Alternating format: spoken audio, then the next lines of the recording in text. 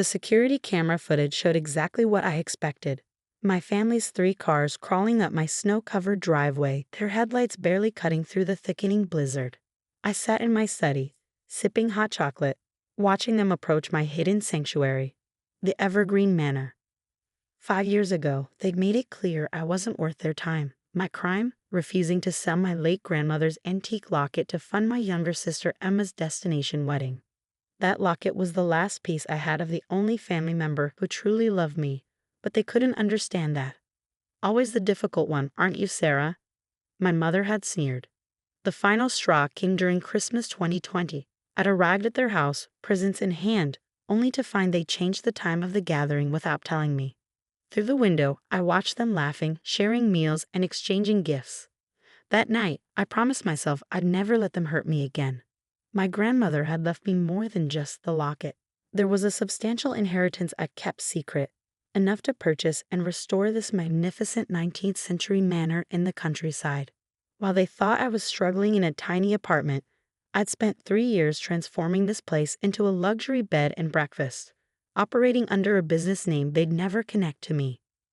Now, watching them approach, I straightened my emerald green sweater and checked my reflection.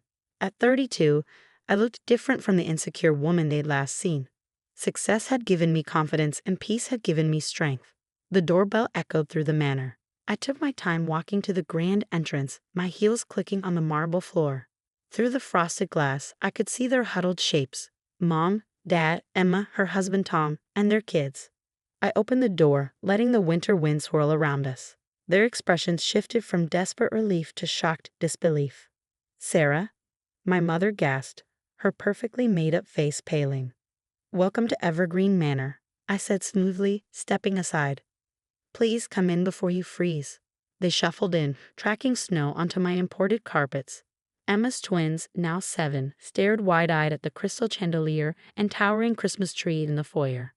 My father, usually so composed, couldn't stop gaping at the grand staircase.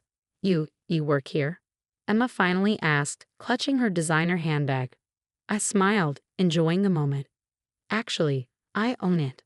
All 15 acres, including the lake you passed on your way in." I gestured to the sitting room. "Please, make yourselves comfortable. I'll have hot chocolate brought in." "This is impossible," my mother muttered, following me. "How could you afford this?" "Grandmother believed in me," I said simply. "She left me more than just the locket you wanted me to sell." The sitting room, with its roaring fireplace and plush velvet furniture, showcased my success perfectly. Through the floor-to-ceiling windows, the snow had become a white wall. My mother sank into a chair, still processing.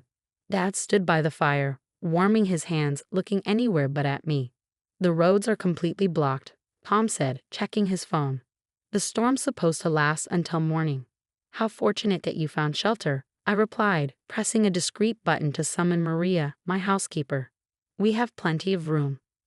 Emma's twins had discovered the Christmas tree's train set circling its base. Their delight made me smile. They, at least, were innocent in all this. "Your usual accommodation fell through?"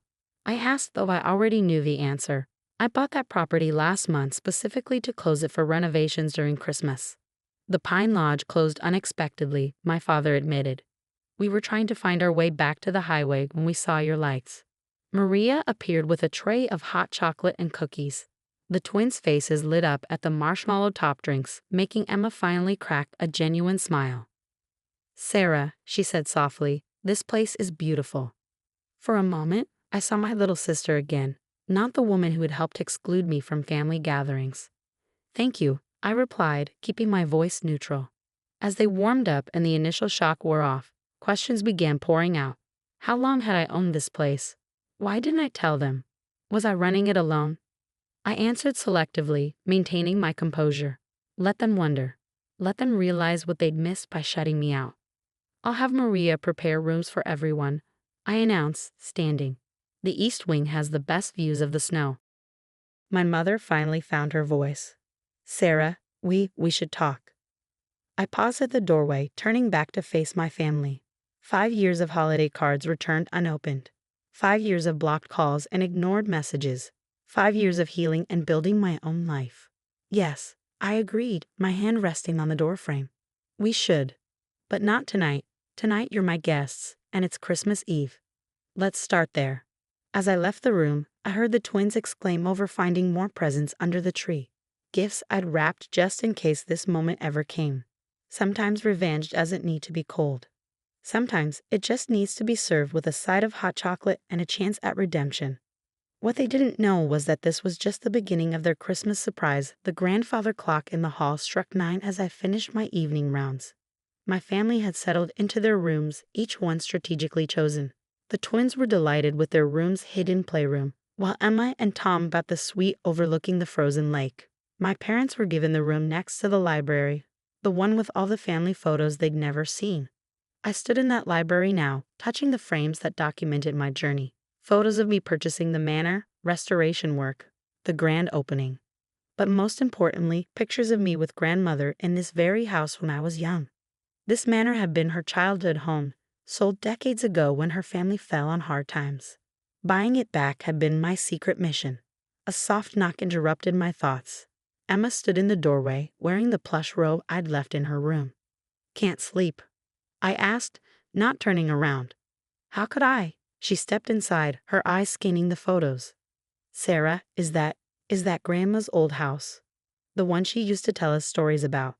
"The very same." I finally faced her. Grandmother left me the means to buy it back.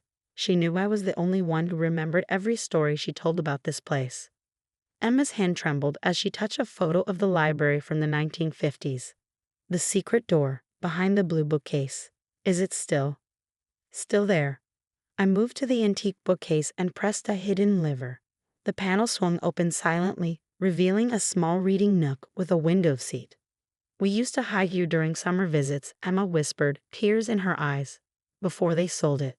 And now it's back in the family." I watched her process this information. "Though according to all of you, I'm not really family anymore, am I?" She flinched. "Sarah, about that. These past 5 years were educational," I finished. "I learned who I am without trying to meet impossible expectations." The door opened again, and my mother entered, looking smaller in her borrowed nightgown than I'd ever seen her. "I heard voices," she said, then stopped short at the sight of the photos. "Oh my God." "Hello, Mother." Recognizing the house now. She moved closer to the wall, her hand covering her mouth. "Your grandmother's home." "But why didn't you tell us?" "Would you have cared?" I kept my voice level. "You were too busy with Emma's perfect life to notice mine." "That's not fair," my mother started, but Emma interrupted. "Yes, it is, Mom. We were horrible to her. Over a locket of all things." Emma turned to me. "I was so caught up in my wedding, in what I wanted. I never even asked why that locket meant so much to you." I pulled the locket from under my sweater. "Grandmother gave me this the last time we visited this house together. She told me about growing up here, about the secrets and love these walls held.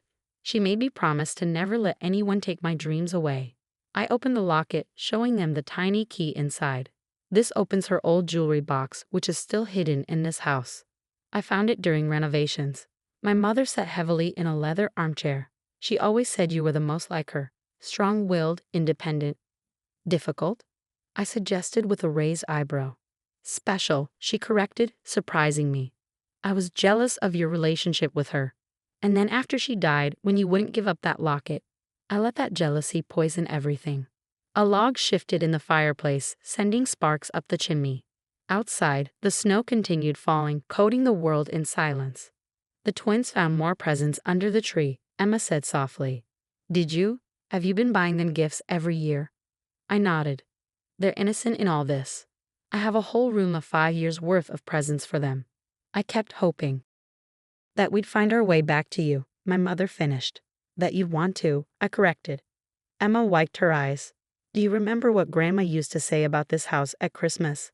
'Magic lives in these walls.'" We all quoted together, then shared a surprised laugh. "She also said something else," I added. "That true family finds its way home, no matter how lost they've been." My mother stood up, smoothing her nightgown with shaking hands. "Are we too lost, Sarah?" I thought about the years of pain, but also about the secret hope that had made me prepare those rooms, wrap those presents, and keep my door unlocked on this snowy night. "That depends," I said carefully. "Are you ready to find your way back?" Emma reached for my hand, and after a moment's hesitation, I let her take it.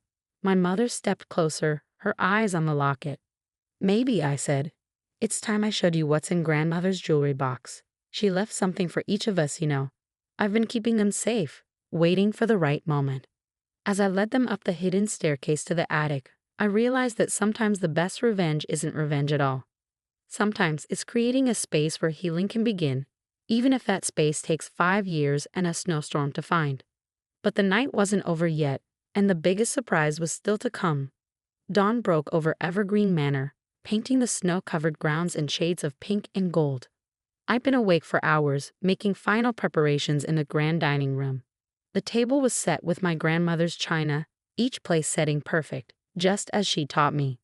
The jewelry box sat at the center of the table, its ornate wooden surface catching the morning light. I'd retrieved it from the attic last night after Emma and Mom had returned to their rooms. Some revelations were meant for the whole family. The twins were first to appear, still in their pajamas, eyes wide at the sight of the breakfast spread. Behind them, Emma and Tom entered, followed by my parents. They all hesitated at the doorway, as if unsure of their welcome. "Merry Christmas," I said, gesturing to the table. "Please sit." As they settled into their seats, I picked up the jewelry box. "Before we eat, I think it's time for grandmother's final gifts." My father spoke for the first time since arriving.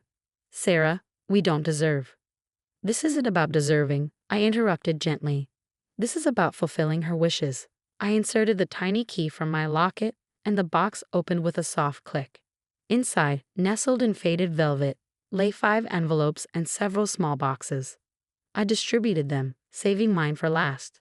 The twins received matching silver bracelets with their birthstones, though they'd been born years after grandmother's passing. "How did she?" Emma wondered, helping her daughters put on their bracelets. "She knew you'd have children someday. She bought these before she died, trusting they'd find their way to the right people at the right time." My mother's hands shook as she opened her envelope. A delicate sapphire ring fell into her palm, along with a letter. "This was her mother's ring," she whispered. "I always admired it." Dad received her father's pocket watch and a letter that made him turn away, wiping his eyes. Emma found a pearl necklace she'd played with as a child, accompanied by words that made her cry. Finally, I opened my envelope. Inside was a deed and a letter I'd read countless times over the years, but this time I read it aloud. "My dearest Sarah, if you're reading this with our family present, then you've done exactly what I knew you would. You've brought them home. Not just to this house, but to each other. The deed enclosed is to Evergreen Manor. I couldn't bear to see it sold to strangers all those years ago, so I bought it back secretly, waiting for the right moment, the right person, to restore it to its former glory. That person is you, my darling girl. But a home is nothing without family to fill it. Even when they hurt us, even when they lose their way, family is worth fighting for. Your strength isn't just in standing alone. It's in knowing when to open the door and let love back in. The manor is yours, but my final wish is that you'll make it a home for all of you again. All my love, Grandmother." Silence fell over the table, broken only by the twins' quiet munching of toast. My mother reached across the table, taking my hand. "We were so wrong," she said softly. "All these years, we thought you were being stubborn about the locket, but you were protecting something far more precious. You were protecting her legacy," my father added, "while we were too blind to see it." Emma stood up, walking to the window. "Remember how we used to spend every Christmas here as kids? The snowball fights, the sledding down that hill. The hot chocolate competitions," I added, smiling at the memory. "Grandmother always let us win." "Sarah," my mother said, squeezing my hand. Would it be possible to make new memories here?" I looked around the table at my family, broken, healing, hoping. "That's why I bought all those presents," I admitted. Every year, I kept thinking, maybe this Christmas. "Can we open them now?" the twins chorused, making everyone laugh. "Soon," I promised. "But first, I have one more surprise." I pulled out a stack of papers from a drawer. "I've been working on getting the manor registered as a historic landmark, but with a special provision. It will always be a family home first, open to all of us." My father stood, pulling me into an unexpected hug. "You're remarkable, you know that? Just like her." As we moved to the living room for presents, the snow began falling again, soft and gentle. The twins raced to the window, pressing their faces against the glass. "Look," they shouted. Perfect sledding weather. Emma linked her arm through mine. Think you could teach them the secret route down the hill, the one Grandma showed us? Only if their parents join us, I replied, watching my mother already planning how to arrange hot chocolate for our return. Standing there, watching my family unwrap 5 years' worth of carefully chosen gifts, I realized Grandmother had been right. Sometimes the best revenge isn't revenge at all. It's having the strength to keep a door open, even when it hurts. It's believing in the magic of second chances and the power of coming home. As the twins pulled everyone toward the door for sledding, their excitement infectious, I touched my locket and whispered, "Thank you, Grandmother." They finally found their way back. And in the joyful chaos that followed, Evergreen Manor once again became what it was always meant to be, a home where family could heal, grow, and love again.